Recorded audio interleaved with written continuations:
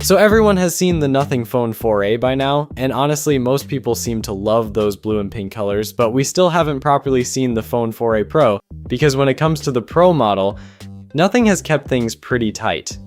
The big leaks usually don't come out easily. Instead, the company tends to tease things themselves. And recently on X, Nothing posted a very short teaser showing the silhouette of the Phone 4a Pro. And the one detail people immediately noticed is what looks like a dot matrix style display on the back.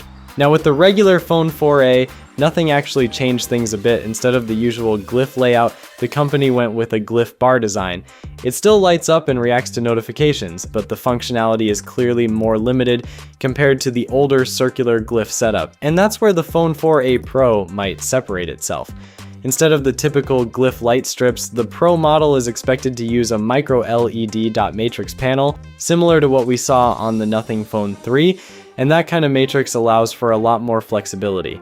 Things like dynamic patterns, small icons, and animated notifications rather than just simple lighting effects. But there's one thing that caught people's attention.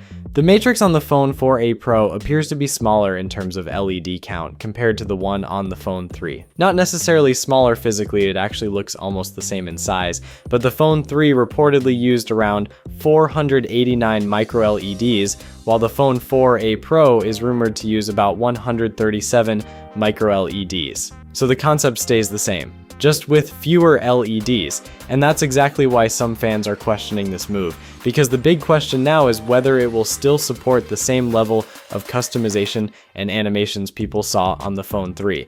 Either way, the strategy here seems pretty clear.